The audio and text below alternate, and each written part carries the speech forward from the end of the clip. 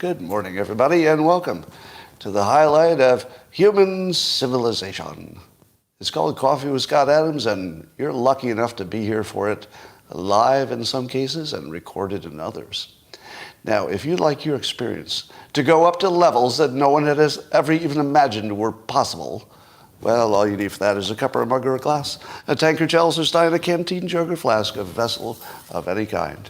Fill it with your favorite liquid. I like coffee. And join me now for the unparalleled pleasure of the dopamine hit of the day, the thing that makes everything better. It's called the simultaneous sip, and it happens now. Go. Oh, yeah. Yeah. No, it's not called Real Coffee with Scott Adams. It's only that on YouTube. On YouTube, I had to put the real in front of it because some bastard took my name before I got there. Bastard. So it's actually called Coffee with Scott Adams, and I just add the real on YouTube.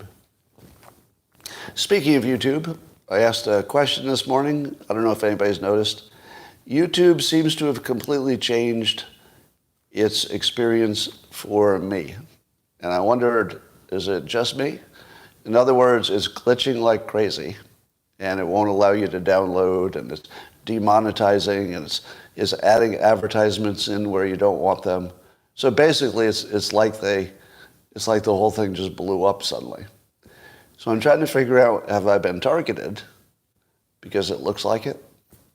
You know, you have to suspect everything at this point. So it looks like I'm targeted because in the same time that my followers on Twitter went to 1 million, started at 15,000 and went to 1 million. During that same time, my traffic on YouTube went from 0 to about 25,000 viewers, and then just stayed like that for 5 years. Do you think that's natural? Do you think that there's anybody on YouTube who does a daily, highly regarded live stream that got no traffic increase in 5 years? No, that's not possible. That's not even slightly possible. Even my number of subscribers went up and the traffic didn't go up. That should tell you something. All right. So I want to find out if that's just... See, there are two theories that are pretty good. One is that we have this national incompetence crisis. And the other is maybe it's personal. I don't know. No way to know. Now, Rumble has its own issues, which is at the moment I can't do live stream without going through a third-party software, which makes it so impractical that I'm not using it. So anyway, enough about that. So here's a headline it's a terrible headline, so something bad happened to somebody. But I'm going to test your ability to not laugh at other people's misfortune. There's nothing funny about this. This is not funny. So whatever you do not laugh at this, because you'd be a bastard if you did. The headline on Fox News says, a woman sues Disney for $50,000 over injurious wedgie on water slide at Typhoon Lagoon. And it turns out when you read the article, the injurious wedgie, it was not a backside wedgie. It was a front side wedgie. Front side. And she was actually injured. She had a bleeding, and so she's suing Disney over a wedgie, front wedgie. Everybody, you better not be laughing at this at home. Take my role modeling here. Nothing funny about that. Moving on. Next story. Well, we all love the story of Jamal Bowman, Representative Bowman, who claims he accidentally activated the fire alarm, actually pulled the fire alarm, in an attempt to open a locked door, because as you know, the way you open a locked door is to go to the nearest fire alarm, read the directions, and conclude that maybe if you just pull the fire alarm a little bit, the door will open. Now, if you had an employee who came to you and said, I'm sorry, I was just trying to open a door, and I thought that pulling the fire alarm was how you do it. Would you have that employee drug tested? I would, yes. I would have that employee drug tested. Now, I would also look at the employee's other behavior. Did you confuse a lectern for a urinal? Did you try to make a phone call on a sandwich instead of a phone? If you did any of those things, I would say, possibility, something going on. So I would like to throw into the mix the most likely explanation for how Representative Bowman could do something that you and I can't understand how anybody could do. He was drunk. That's all. That's the whole story. He was probably drunk. Now, I have no evidence that he was inebriated or that he was on any kind of drugs. I'm just saying I can't think of another reason. Because even if you think, oh, it was a clever plan, he was trying to stop the vote, which I don't think is proven, right? To me, it looks like it was a bad plan, whether he did it intentionally or accidentally. In either case, accidentally or intentionally, you wouldn't do those things while you're sober. Can we just be honest? The most likely explanation was he was drunk at work. Am I wrong? Tell me I'm wrong. I'm not accusing him of being drunk. I'm saying that if you were presented with this set of facts, your most likely explanation, even if it's wrong, the most likely explanation is that he was drunk. If it were anybody else, what would be your most likely explanation? Because nobody's that stupid. Even if it was a clever plan, nobody would be so stupid as to think that plan would work. Don't you think that he knows that there is video security everywhere? The fact that we don't even include that possibility in the list of what happened, is that a blind spot? Feels like a blind spot. If I had done, well, let me ask you this. If I had done that, me as the exact person I am, and you heard I was in the Capitol, and I pulled the alarm, and then my explanation was that I thought it opened a door, wouldn't you assume I was stoned? Wouldn't you? I mean, really. Because you'd say to yourself, well, he seems smart enough to do this stuff. And you say of a representative, well, he's smart enough to get himself to Congress, but he's not smart enough to know how to unlock a door. I don't know. Inconsistent. So I'm going to say let's put drunk on the list of possibilities, but I don't have any direct evidence of that. It's just the obvious thing you would check. Well, the Senate Banking Committee is doing something that makes sense on the surface, so it must be a trick. Right? They're doing something that makes sense on the surface, so obviously it's a trick. They're trying to make it legal for banks to handle marijuana businesses, which at the moment banks don't like to do because it's illegal. So that sounds like progress, right? It's just a good thing. Oh, wow. They're trying to fix something that's broken, that the banks can't even handle a legal business. That's good, right? Do you think that's why they're doing it? Do you think this is why they're making banks able to handle your transactions? No, it's so they can fucking track you. It has nothing to do with you as a consumer or a citizen. It's so the government can have more control over you. Because right now, if you pay cash for your weed, they're not sure you bought any weed. But I think they'd like to know. And they'd like to know your address and everything else about you. No, so I see this as just another sign of fuckery, basically. But it would be useful.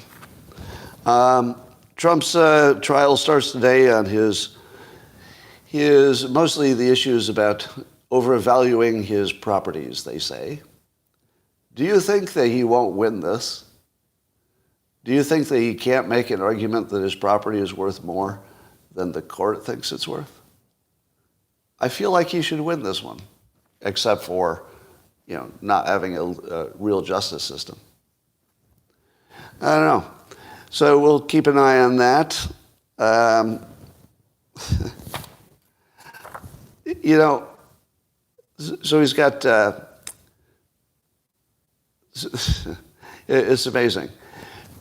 The fact that overvaluing his business in the context of bank loans and also insurance, the fact that the public doesn't even understand how all that works, the public actually believes that the bank took his word for the value of his properties. Just hold that in your mind. The story that we, the public, have been told is that there are banks, or maybe one bank, I don't know, that took his word for like a gazillion dollars worth of value. They didn't do their own work, apparently. They just took his word for it. That's what we're being told, right?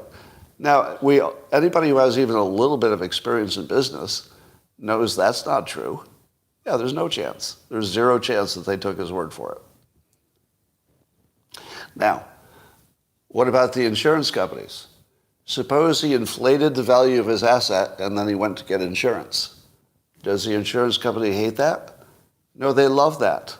They love that. That's their ideal situation. The ideal situation is that the customer pays too much for insurance and is happy about it because that's what they think their property is worth.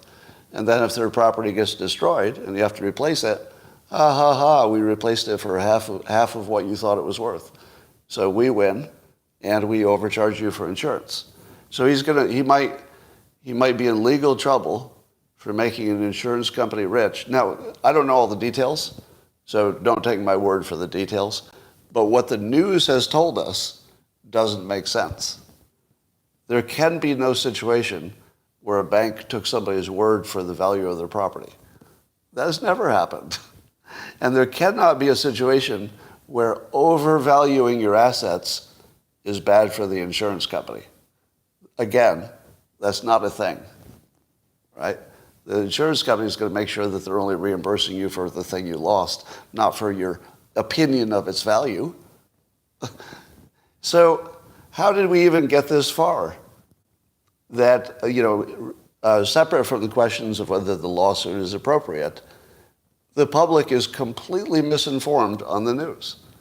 The only reason that I know the news is bullshit is that I was a banker and I have a big house that I had to get insured. So I know how insurance works, right? So I know two things that the public should know, but probably doesn't know as well. So maybe we'll learn something here. We'll see. All right.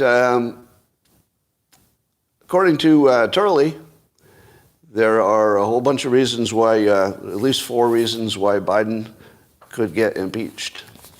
Is that what your news is telling you? Has your mainstream news said that there are 4 reasonably likely impeachable offenses? Nope. Do you think Jonathan Turley is unqualified to say what is an impeachable offense? Nope, he's totally qualified. Totally qualified. Does Turley have a long record of doing things which would make him seem less credible? Nope. He has a long history of calling balls and strikes, be they Republican or Democrat. Very long history of that. And he says there's 4 pretty obvious impeachable things that still have to be demonstrated, right? They're not proven, but the evidence we have strongly suggests that if we got a hold of the banking records, that's all you would need to connect it all to the big guy. So hold that in your head for a while. We'll get to some other stuff. There's a study, some interdisciplinary research team at the Max Planck Institute for Empirical Aesthetics, the MPIEA. It's over in Frankfurt. Anyway, they collaborated with some people and came up with this shocking result that dancing can make you happy. Dancing can make you happy. So if you're in a bad mood and somebody makes you dance, the dancing will make you happier. Now, did you not already know that? Is there somebody here who didn't know that? Let me give you the reframe. All right. So my book, Reframe Your Brain, which is, according to readers, changing their lives like crazy, Here's the reframe. The usual frame, the normal way we look at it, is that your mind is contained in your brain. So that your skull is the limit to your brain and your mind. It's all in there. It's inside your head. The reframe, which will change everything for you, is that your mind includes the brain, of course, but also includes your body and all of its experiences, and also includes your physical surroundings, right? If you don't see your mind as your physical surroundings, you won't know what to do when your mind is not where you want it to be. Do you know what I do when my mind is not right? I go for a nice long walk. I move my body. Or I find my dog and I curl up with her for 5 minutes and get that little feeling from the dog hugging. Or I do something else that makes my body feel good. Eat some food, you know the rest. Right? Now, so when I think of my mind, I think of my entire environment, because those are the things I move to affect my mind. So it's like your environment is the user interface for your mind. The people who are lost are the people who say, my mind is not right, I'm unhappy. I'll try to fix it by thinking better thoughts. I can't fix my mind with my mind. Oh no, there's nothing I can do. I'd better go to a doctor and get a pill. Don't do that. Just understand that your mind is your body and your physical environment, and that if you move your physical environment just right, and dancing would be only one example, you can change your mind. How often do I do this exact thing? Really often. Really often. Several times a week, I say to myself, oh, God, my head is not where I want it to be. And what do? Do I sit in a chair and think different? Oh, think different. Oh, there we go. I got my mind all fixed. No, I do not do that. I immediately leave my environment. Get out of the room. You have to get out of the room. And you got to go somewhere else. You got to walk the dog. You got to be under a tree. You got to breathe differently. You got to do something physical. Everything else is a waste of time. So just remember that reframe. I've been listening to a lot of relationship advice on Instagram, which, by the way, is the very best place to get advice. If you want to know how to handle the most important things in your life, you should go to an Instagram influencer. Not science. No, not science. Go to an Instagram influencer who has had 2 or 3 failed marriages, and and they will tell you what to do. So you don't have to do it. I already did the research. And here's what I've learned. And I've sampled quite a few relationship experts. And so this just applies to heterosexual men, right? This advice. So I can't speak for the LGBTQ community at all. But for hetero men, this is the advice that I've seen. And it's very consistent across all the experts, which is how you know it's right. There are 2 things you need to know as a man. Number 1, giving a woman whatever she wants will make you look like a weak beta simp and make her lose interest in you sexually until she cheats on you with somebody else. So that's number 1. The last thing you can do, say all of the, and by the way, the male and female experts say the same thing. It's not just the men saying this. The male and female relationship experts say, do not give the woman everything she asks for, because then she'll just think you're her servant, and she'll lose interest in you and go cheat on you. So, but that's only 1. I mean, you need more than that. So number 1 is don't give a woman whatever she wants. Number 2 is you need to know that not giving a woman whatever she wants will make her go look for a guy who will, so then she'll cheat on you. So you got your 2 situations here. Giving a woman what she wants will make her like you less and cheat on you. And giving her everything she wants, or giving her nothing she wants, will make her unhappy and go find a guy who will. And then I was told, Scott, you have to find a happy medium. You have to find the balance. What exactly is the balance between giving people what they want and giving people nothing they want? Is it giving them half of what they want? Let's say that. It's giving women half of what they want. What would a woman do who got half of what she wanted if she's rational? I'm pretty sure she would look for somebody who would give her everything she wanted. And then she would cheat on you. Because why would she settle for half? Why would she settle for 80%? Who would settle for 80% when you could have 100%? So according to the relationship experts, there are only two ways to go if you're a man, and both of them end in failure and poverty. Literally. I'm not even making this up. Those are the only relationship advices on Instagram, is there are two ways to go, and they're guaranteed to fail. I'm not making this up. These are the experts. And the experts are never wrong. If anybody figures out what would work, you should let me know. All right, let's talk about Matt Gaetz, who's threatening to or trying to get McCarthy out of his speaker's job. And his big complaint is McCarthy had made some promises early on, and those promises, he says, were not kept. Mostly promises about putting funding bills in one bill instead of collecting things together. Now, a lot of people think that's a bad idea, including Thomas Massie, who tweeted or posted, "I fear that attempting to vacate Speaker McCarthy at this juncture is a bad idea that will lead to worse outcomes for conservatives." And then he says, signed, the only still serving co-author and co-sponsor of the motion to vacate Speaker Boehner. So I guess sometime in the past, Thomas Massie had been a big part of trying to remove Speaker Boehner.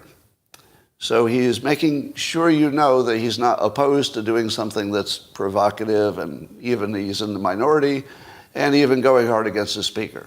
So he's not against it in principle. That's important to know. It's good context. He's just saying in this case, it looks like it would make for worse outcomes. Now, as you know, I love me some Thomas Massie because he's unique in the Congress in that he's very smart and he's willing to look at evidence, which makes him totally unpredictable. You don't know which way he's going to go because you don't know in advance which way the data is going to go. So that makes him fun, right? Because he's honest and he goes where where rational thought should take you. And so he says, probably would get worse outcomes if you get rid of Speaker McCarthy. So what's the obvious question to ask in response? All right, so here's somebody who has credibility and says, no, trying to vacate McCarthy would get you worse outcomes. What is the obvious question next? Worse than what? Worse than what? The current design is destruction of the whole country because we have a system that guarantees we will overspend and overborrow until we're dead. What's worse than that? Can you describe me a situation that's worse than that? Now, I suppose, nothing improves and you still spend yourself to death, but you still end up dead both ways, right? So I don't think it's worse. It might be a lateral move, but is it worse? I mean, what does worse look like? What is worse than spending ourselves into certain destruction while we watch it happen? I can't think of anything worse. What's worse than having a Congress that doesn't do anything about the border? Literally, what is worse than that? I can't think of anything. What is worse than mindlessly funding Ukraine for what appears to be not national interest? What's worse than that? I don't know. Everything Congress is doing is already the worst case. It's the worst case scenario. If you could take us away from the worst case scenario, then I would say, no, don't break it. Let me tell you how engineers think. Now, I'm not an engineer, but I've spent so much time with them and writing about them, I can pick up some of their vibe. Here's how an engineer thinks. Number one, if it ain't broken, don't try to fix it, right? If it's not broken, don't try to fix it. Number two, if it is broken, and you can't figure out how to fix it, what do? If it is broken and you don't know how to fix it, what do? You're an engineer. What do?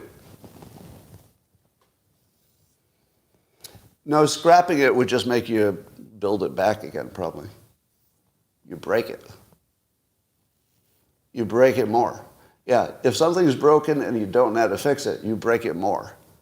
Because that's one way to get you to a different starting point. It could be that the reason you can't fix it is that there's too much inertia. There's too much built-in resistance.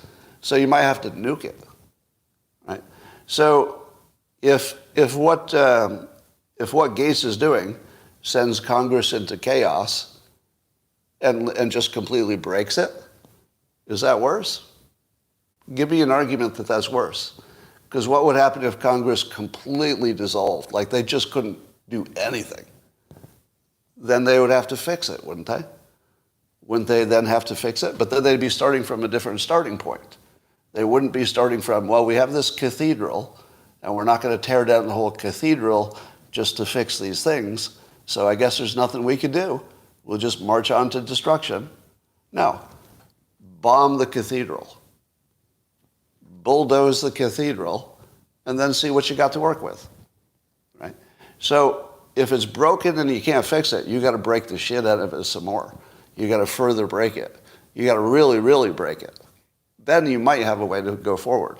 But if you don't break it, you're on a design cruise to destruction. The design will destroy you. You have to change the design. And that means breaking it. So I'm fully in charge of chaos and complete destruction. We do not have a Congress system which is worth maintaining. Now, I'm saying keep all the same people for the most part, but they're going to have to operate differently. They're either going to have to show their work, show that they've got single issues that they're voting on, or something. But whatever they're doing now is not working, so break it. Just break it all.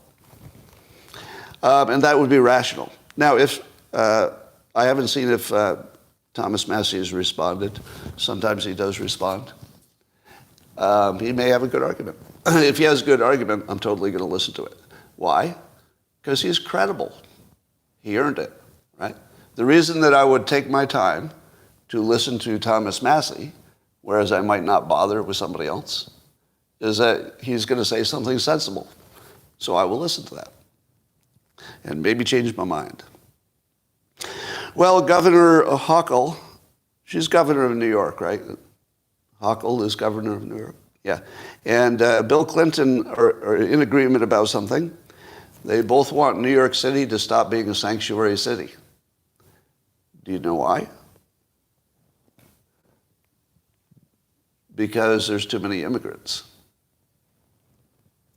Now, are Governor Hochul and Bill Clinton saying that the immigrants are worse than the people who already live here? Do they have bad genetics? Is that what they're saying? Is that what the governor and Bill Clinton?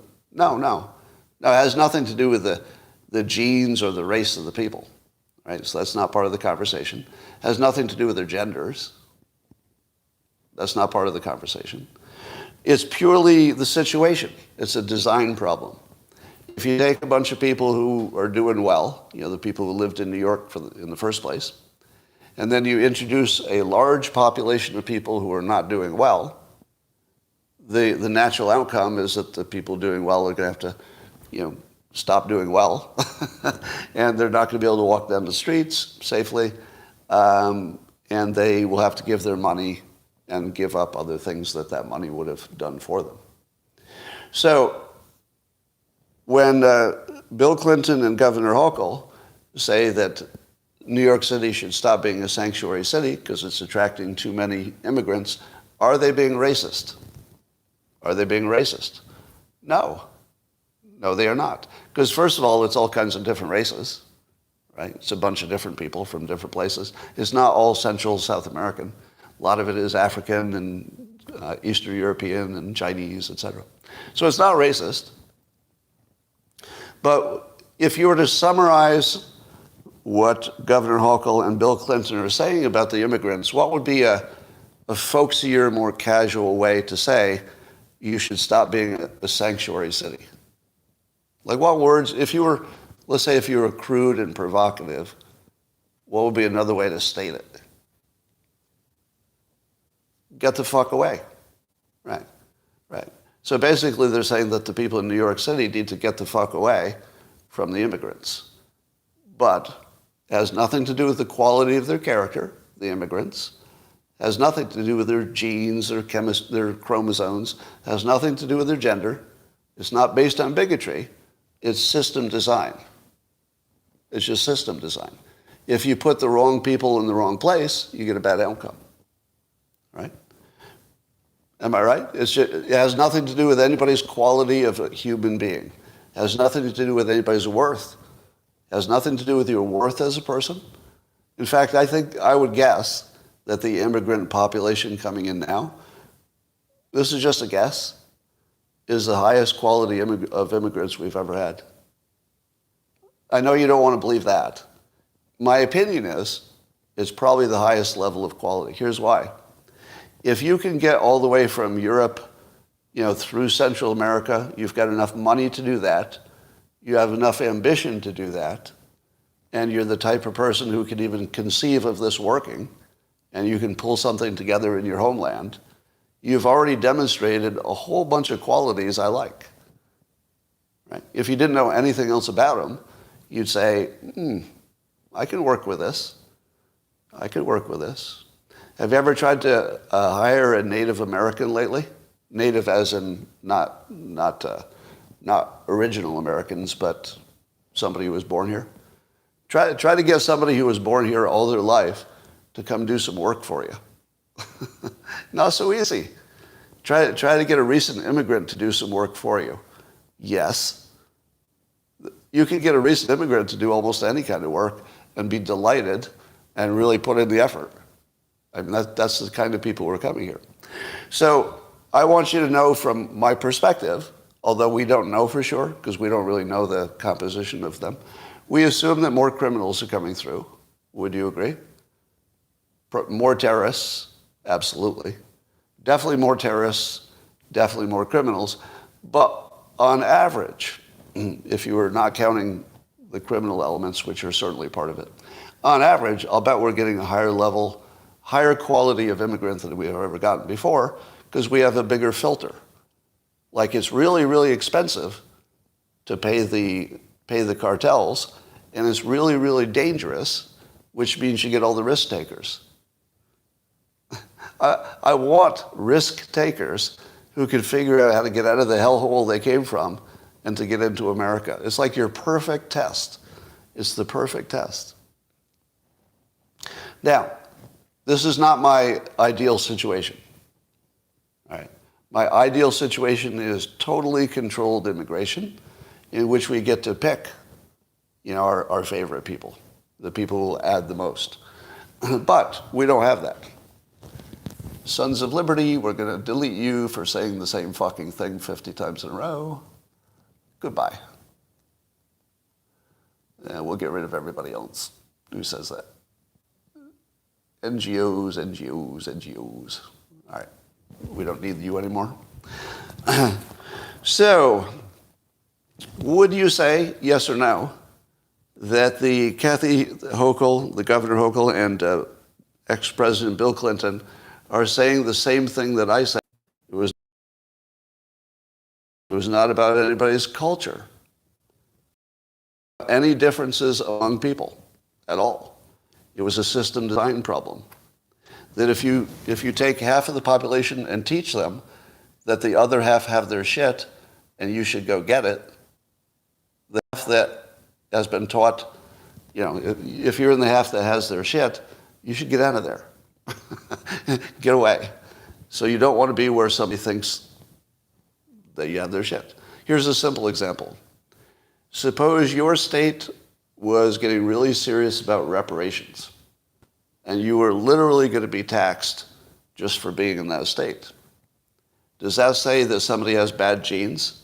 No. It has nothing to do with any individual. It's a system that's bad for you, so you should get the fuck out of there. So if you could move to a state that is not considering taxing you specifically for reparations, you should go there. Now, does that have anything to do with anybody's genes? No, that's a system design.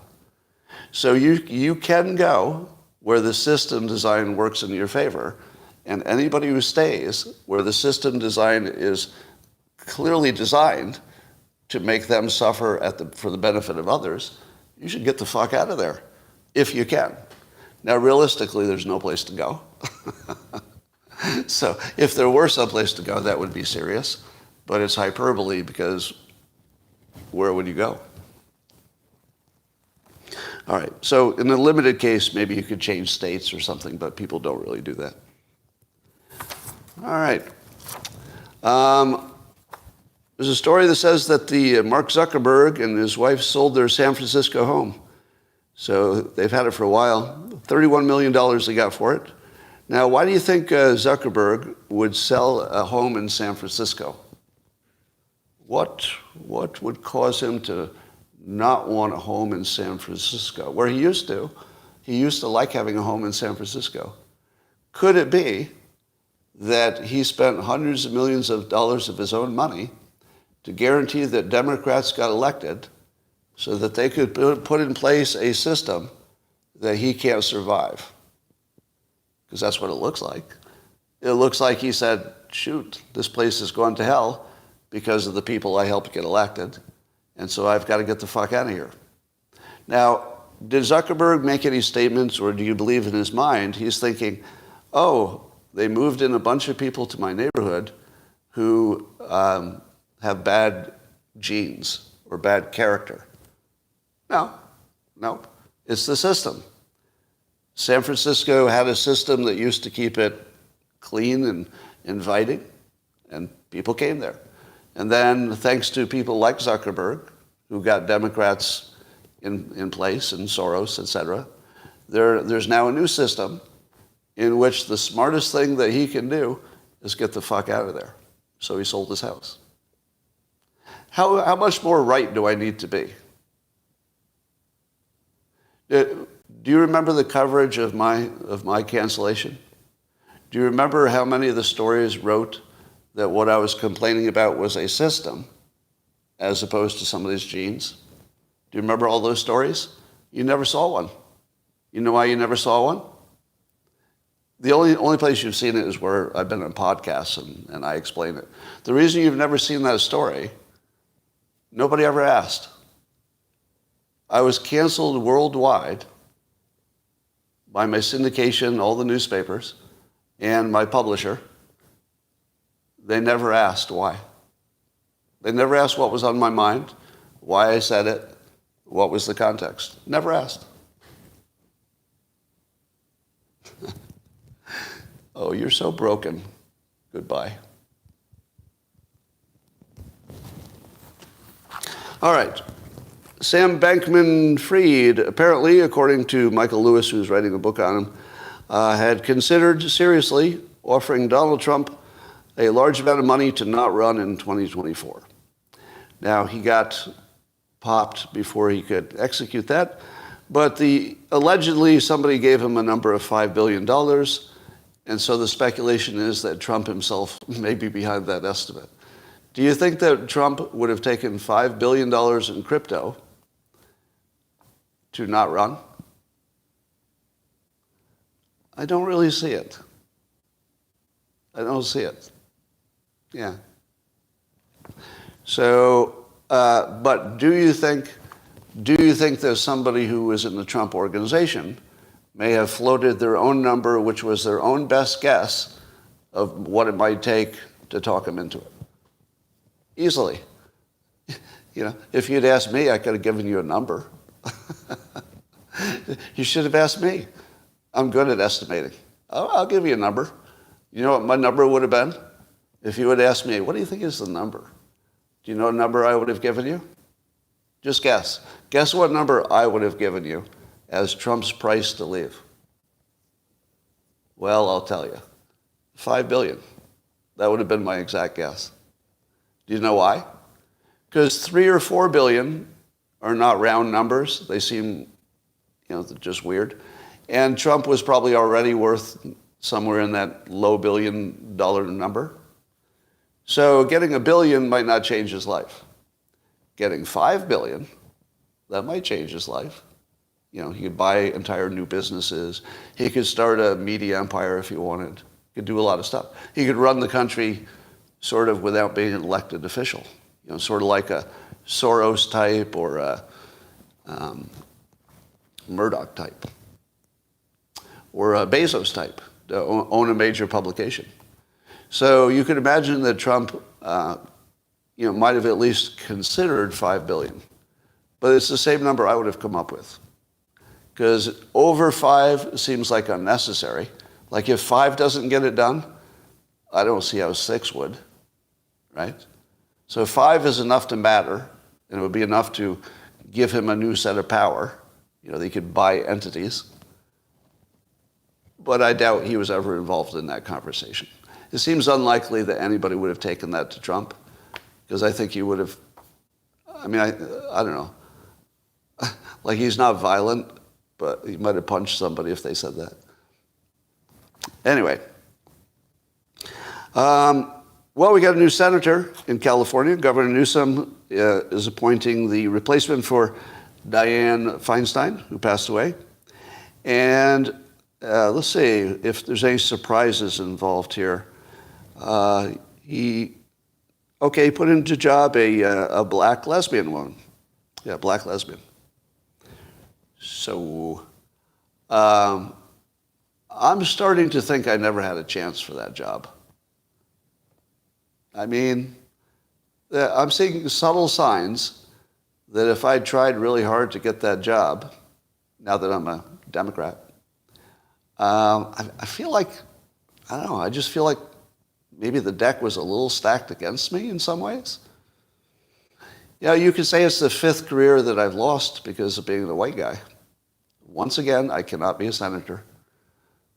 Couldn't work at the bank because I was a white guy. Couldn't work at the phone company because I was a white male. They told me that directly, by the way, that I could never be promoted at those places. My TV show didn't work because I wasn't black. And I had to be black to be on Monday night on UPN. And then I got canceled for saying something about the system that had nothing to do with anybody's genes or race. So now it's the 5th time in a row I've been blocked by my white maleness. Could not be a senator in California. But I'm sure she's great, and the reason I'm sure she's great is that she's a woman, a lesbian, and black. Those are 3 of the greatest things I've ever heard of in my life. Can we all agree on that? There's nothing better than being any one of those things, but if you've got 3 of things, you're a woman, you're a lesbian, and you're black, well, that's who I want for my senator.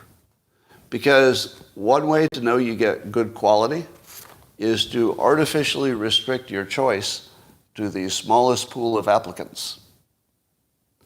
Because that's the way you get the best people. All your best entrepreneurs do that. You've probably seen the clips of Steve Jobs say, when I hire people, I don't like to talk to more than 2. I'm sure he said that, right? Because otherwise it's like we'd be acting stupid or something. But I'm sure he said that. Probably something like that. All right. She's been a fierce advocate for working people. Yeah, excellent. You know what the good news is? I'll tell you the good news. She has smart eyes. Do you think that's a thing? I really think that's a thing. Smart eyes. I just look at the picture of, let me get her name right, LaFonza Butler. So, I looked at a number of pictures of her, and you look at her face, and you say to yourself, wow, she looks smart. Everybody's agreeing. All of the comments are the same. Yeah, she has smart eyes. That does mean something. It does mean something. I mean, you can really tell. She has an animated, sort of smart face. All right. Joe Biden recently said in some interview that he was worried about the X platform and Musk's ownership. And he said, and I quote, they, they, that's the first part of the quote. They go online. They go, and you have no notion whether it's true or not, he said. So, there it is directly. Joe Biden doesn't want you to see what people say on X because it's not his truth. Because I don't think Biden thinks that he knows the truth in a way that's like you and I don't know. Is that the claim? He has some special access to truth. So he can look at X and he knows what's true because of his superior, access to information? No. It is the government directly telling you they want to censor you. And it couldn't be more direct than the President of the United States trying to discourage people from using a platform, or the ADL, which is part of the Democrat machine, trying to destroy it before it was even paid for. Yeah, that's purely an attack on free speech. There's no other way to put that. So that's why all the investigations into Elon are happening. Now, do you know who's not being investigated? Let's see. Elon Musk has a whole bunch of investigations that all sound like bullshit to us. Like none of them sound even vaguely like real crimes or anything. But are there also a lot of investigations into George Soros? Does anybody remember that? A lot of George Soros investigations? I don't remember any. Let me ask you this. Do you think that the intelligence apparatus of the United States would allow any billionaire to have an unusual level of control over the country? Do you think they would let that happen? Well, they're not letting it happen with Elon Musk. Is Elon Musk doing whatever he wants? No. He's being blocked by forces that we assume are part of the deep state. So, but Soros seems to be operating with impunity, even though he seems to be funding things that would lead to the certain destruction of the United States, such as lawlessness and no cash bail and stuff. So why would this one guy be able to do things that even on the surface look like they're designed to destroy the country? And yet Musk, who everything he's doing is clearly designed to help the country. More free speech, get humans to become spacefaring civilization, electric cars for climate change. And he's the one being investigated. Why? Because he has a lot of power.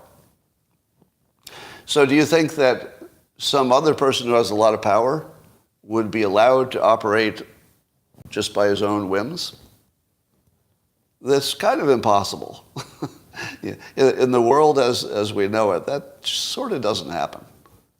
So one has to assume that Soros is just a tool of the government, or at least a tool of the Democrat government.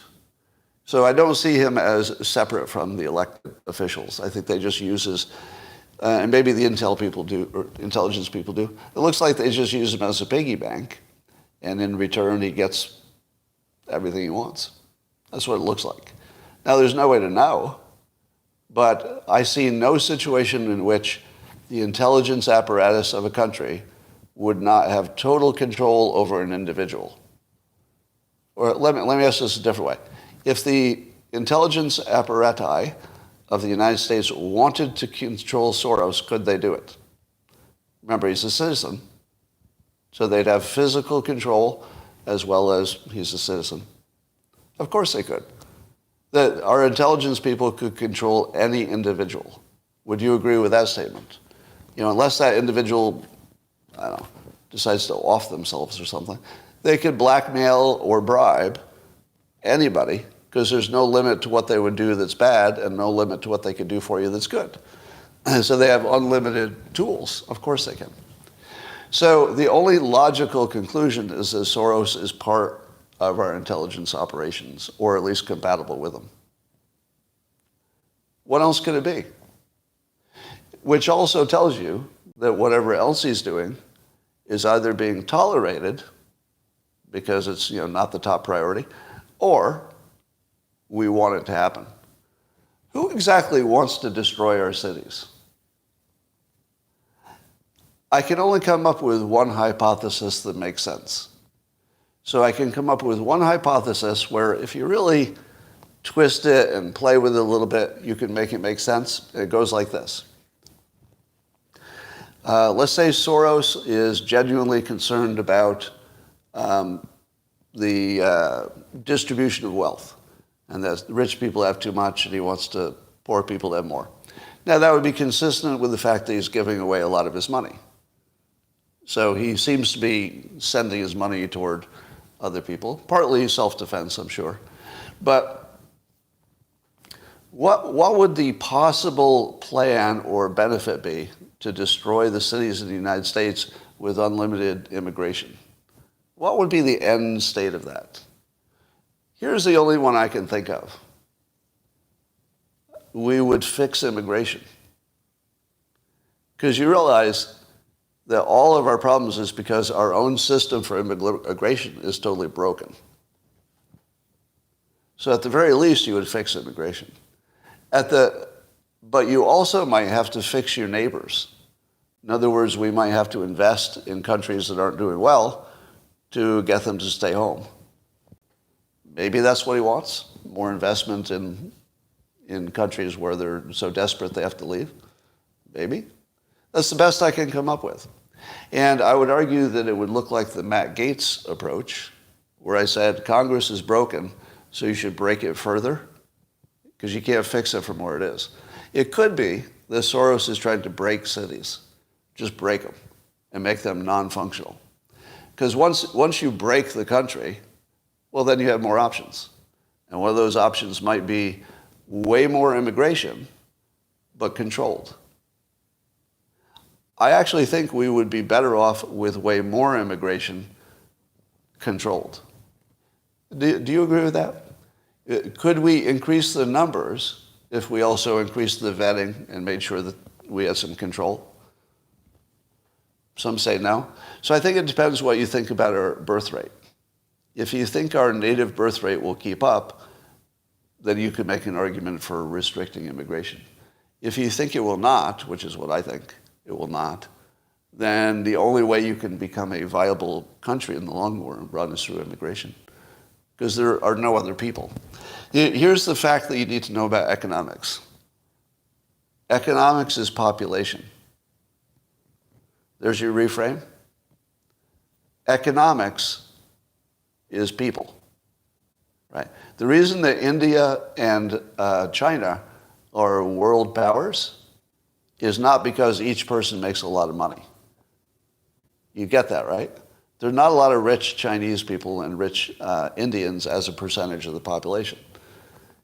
It's only because there's so many of them. If you take, 1 billion middle-class Chinese, they can pay more taxes than America that has maybe more rich people. So power is people. So if you say I want to stay a superpower, but I want to keep my population low or not growing too quickly, you can't have both of those. Those are incompatible. People equals economics. That's it. Now, you want to do it right and have them trained and get the right people at the right rate, but people are money. That's it. All right. So chew on that. I can see some of you not too delighted with it. All right. Here's a dog not barking. If you had to say the one thing that's the problem that's causing our immigration crisis, what would be the one thing that's the problem? The single root cause of immigration. Go. And watch how wrong you are. Damn it, some of you were right. Incentives, Democrats, women. Yeah. It's amnesty. So we have an amnesty law that was designed for one purpose, but is being wildly abused for a different purpose, which is illegal immigration. Now, which members of Congress have introduced the new amnesty laws? Can you give me the name? The names of the politicians who have proposed a solution, which is to fix the amnesty laws. What? What, nobody? Nobody. So 100% of us agree that this wouldn't be happening except for the amnesty law. And that's not being debated. Am I right? Somebody said Scott Wiener was doing something. That's a real person. It's not, I'm not making fun of myself. But can you explain that? Yeah, explain, asylum, I'm sorry. Am I using the amnesty instead of asylum? I should say asylum, right? Which is the right word? Asylum? All right, correct my language for the last 5 minutes to asylum. Asylum. All right. Asylum. So who's working on changing the asylum laws? Which both Democrats and Republicans agree are being abused. Is it in the news? Is the news covering that somebody is trying to get that changed? There's something completely missing in the story, right? It doesn't matter if a candidate is talking about it because they can't make laws. So Congress is completely uninvolved in changing the only thing that would matter. Is that right? And you're not seeing this on the news, right? If I hadn't mentioned this, would it be at the top of your head that there's a simple fix? You just change that one law. Or you could just suspend it. You could just suspend it and say it's not working at the moment. Maybe someday later we'll reintroduce it. Just suspend it. You don't think a president could just suspend it with executive order? I do. I believe that a president could suspend it with an executive order because the president is the commander-in-chief. So if this law was being used to make us less safe, and military-age people and terrorists and stuff are coming across the border, yeah, executive order, commander-in-chief, shut it down. But don't make it go away forever. Just say, at the moment, this is too big of a risk, so it's suspended until later. Well, here's my take. Obviously, the media is not legitimate because they would be reporting, oh, it's a simple fix, and here are the people working on it, so maybe you should give them some support. But instead, we just show pictures of people streaming across the border and then talk about sanctuary cities. We are thinking so past the sale that we're in the world where there are no solutions. The solution was the part we ran past as fast as we could. Back up to the part that caused it, the asylum law, change it or suspend it, and then you don't have to worry about too many people in New York City and whether you should be a sanctuary city. It would just go away. So there's some kind of force at work that we don't understand or is very evil, because everything tells us that this is the easiest problem we have. Can you think of any other problem that could be solved with a pen? I can't. They could just sign a little piece of paper, and the asylum laws, boom, and problem solved. So yeah, there's something going on, and it's not good. All right, let's talk about garbage science. Okay.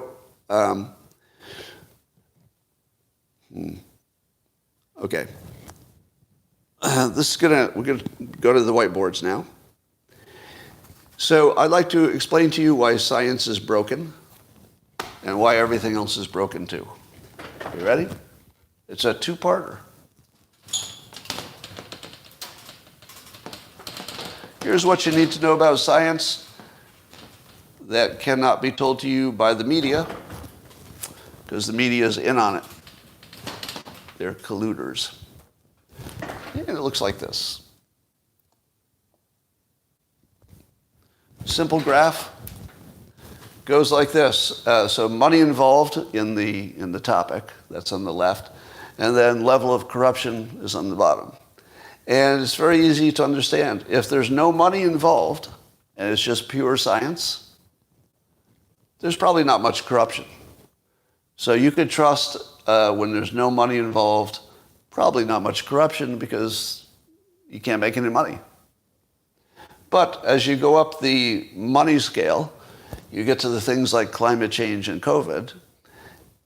If money works the way it always works everywhere else, over time, you're guaranteed that none of this is true. Why?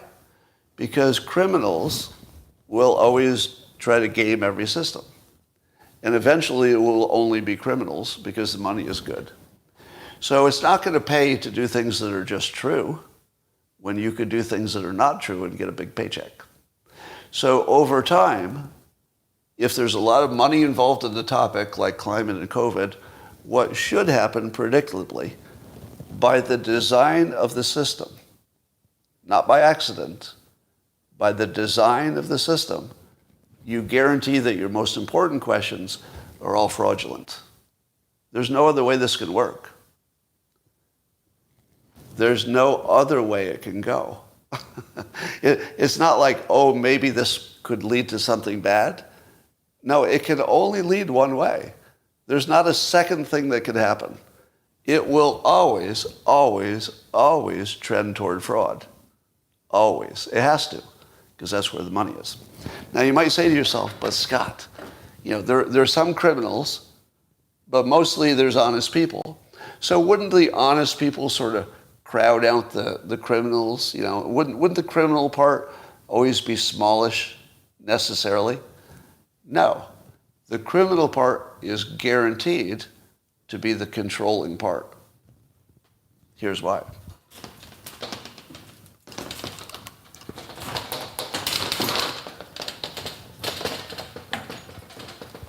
And it's just math. It's just math. There's no opinion here at all. Pure math. Let's say you started with some kind of a system that was completely legitimate when you started. It could be anything. It could be the system of science, the whole scientific community, everything. It could be the republic. That's a system. It could be your voting system, so it could be systems within the larger systems. If you started with these all being completely legit on day one, and then you wait, what's going to happen? Because all of these things have a lot of money involved, really big stakes, like the biggest money of all, billions and billions of dollars, big money. You can assume there will be infinite criminal attempts to get some of that money and subvert your intentions. Now, let's say somebody tries, but they've only got a 5% chance of success. Boom, it didn't work. So everything's good. Because some people tried, but there was a 95% chance they would fail. Good, we're all good. Tomorrow comes, somebody else tries, 95% chance they fail. They failed again. Day 3, failed again. Day 4, failed again. Failed again, failed again, failed again. Yes, what a great... Uh-oh. What happens if you keep going? Eventually, somebody's going to succeed. And then they're going to get ensconced, and then more people will succeed over time. There is no way you can avoid all of our systems being corrupt eventually. Because they can be corrupted, it's just unlikely. Most of the time you get caught. But only a few people have to get through the system and succeed. 5% would be plenty. To guarantee that eventually all of these systems are corrupt. This is our current design. Our current design guarantees corruption. Do you know what would be something that worked against corruption? Term limits. Term limits. Just about the only thing you can do to make people not steal from you is to not keep them around for long, right? How could you fix the election system? If you believe the election system is not fair, What's the only thing you could do to fix it? Fire 100% of the people who work on it every year. And then next year, a whole other group of people. Then maybe you could, find out if somebody was doing something. Because the good people would get fired. Like the people who are good at cheating might be replaced by somebody who's not as good at it, and then they get caught. So pretty much the only thing you can ever do to a system that has people and money in it is you got to eliminate all the people now and then. Do you know why we don't have term limits in Congress? Now you do. Now you do. Because if you had term limits, you could not stay in Congress long enough to be Bob Menendez. Bob Menendez, the guy who's accused of taking bribes as head of the Foreign Intelligence Committee, the reason that he was in a position to take bribes is he was there for a very long time, and he eventually got to the place where he could get away with shit, and so he did. If you've got somebody who's been in Congress for a long time, and then you put them in the job that is the most easy to get bribes, what do you expect to happen? What would happen every time? When Biden was there, looks like it was about the same. So if the design of your system is that you're going to keep the same people in place for a long time, they're just going to chip away at things until they find a way to steal all your money. By design.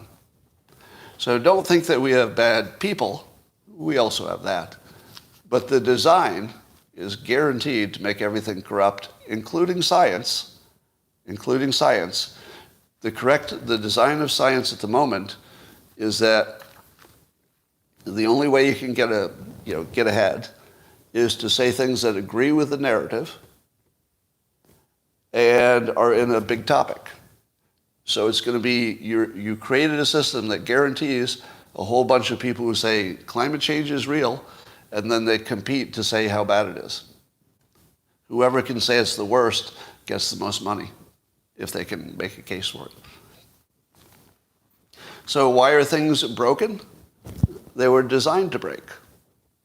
If you designed things to break, don't be surprised when they break, right? So that's happening. Do you remember the study? I talked about it yesterday, and a lot of you have heard about it. So Nate Silver was talking about the fact that there was some big study that showed that the people in red states were dying at a higher rate than the blue states after the vaccination came out. So Nate Silver, as I've said a number of times, is one of your most qualified people for looking at data and evaluating it. You want to hear the counterpoint to Nate Silver's take that the data shows that as soon as the vaccinations came out, the red states did worse? That difference started before the vaccinations came out. And it's in the data. If you dig into the data, you can see that the difference started long before the vaccinations came out. Are we done? Are we done? That's all you need to know, right? There's nothing else you need to know. If the difference happened before the vaccinations, it wasn't the vaccinations. Now, this comes to us in the Wall Street Journal from Alicia Finley. So I'll just read her words. A July study in the Journal of American Medical Association. Now remember, the Journal of American Medical Association is one of the respected ones, right? That's one of the biggies. So the study that was in that purported to find a higher rate of excess deaths among Republican voters in Florida and Ohio after vaccines had been rolled out. Differences in partisan vaccinations attitude, the study concluded, may have contributed to the severity and trajectory of the pandemic. All right, now here's the counterpoint. But the study lacked information on individuals' vaccination and cause of death? Wait, it's a study about vaccination status and cause of death, but what it lacked was information on your vaccination status and cause of death. I'm starting to smell a problem with this. We'll go on. It also didn't adjust for confounding variables such as underlying health conditions and behaviors. Apparently the age part was not the biggest problem, as others have pointed out. Charts buried in the study's appendix showed excess deaths among older Republicans started to exceed Democrats in mid-2020, well before vaccines were available. Is there anything else I need to tell you about how science is done? Here was science in which their own data that they published disagreed with their own interpretation. And not just a little bit. Not just a little bit. It was opposite. It was opposite. And not only did that opposite get through the peer reviewers, it got through the peer reviewers. But it got all the way to probably Dave Silver. I'm not sure if he was looking at this one or not. Might have been some other data he was looking at. But certainly other qualified, smart people looked at it and said, well, that looks good. Because how many people are going to dig into the appendix and see what's going on there? Probably not many. And now if I got a second opinion from the study authors, would they agree with what Alicia Finley says about them? Probably not. They would have their own argument about why maybe something made sense and you don't think it does. Maybe. I don't know. But we don't have a science that works when money is involved. Would you agree? That if money is involved, science just breaks. It just breaks instantly. It's like glass. You know, science is like steel when no money is involved. Because then just the truth matters. But as soon as money is involved, it's glass. Can't trust it at all. All right. Well, ladies and gentlemen, now that I've proven that I was right about everything, and you can see the gears of the machine, I'd like to say this is probably the best live stream you've ever seen. And if you like this, and you've not yet picked up my book, Reframe Your Brain, it's over here. It's right there. And a lot of people are telling me it's the best book they've ever seen. Actually, they're saying literally it's the best book they've ever read. Now, I don't know how often you read a book and you walk away saying, this is the best book I've ever read. But people are saying it about this book. So if that doesn't make you curious, I don't know what will. All right, thanks for joining YouTube. I'm going to say goodbye to you now, and hope you enjoyed it, and I'll see you tomorrow.